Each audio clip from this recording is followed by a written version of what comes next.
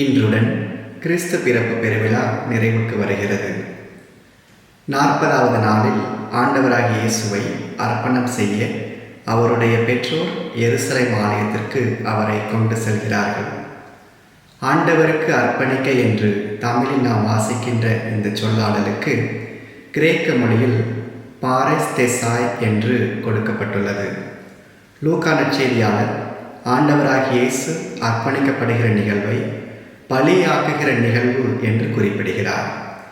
இதே சொல்லை புனித பவுல் ரோமேருக்கு எழுதுகின்ற திருமடலில் ஆண்டவருக்கு உகந்த தூய பலிப்பொருளாக உங்களையே ஒப்புக்கொடுங்கள் என்று ரோமை நகர மக்களை அழைக்கின்றார்.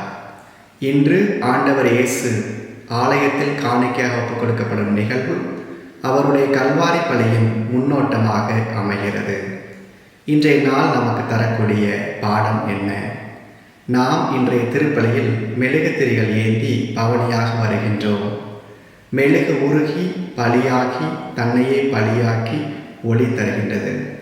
அதே போல நம்முடைய வாழ்க்கையிலும் நாமும் நம்மையே ஆண்டவருக்கு அர்ப்பணிக்க இன்றைய நாள் நமக்கு அழைப்பு விடுக்கின்றது. இன்றைய பதிலுரை பாடலில் வாயில்களே உங்கள் நிலைகளை உயர்த்துங்கள் என்ற அழைப்பு நமக்கு தரப்படுகிறது.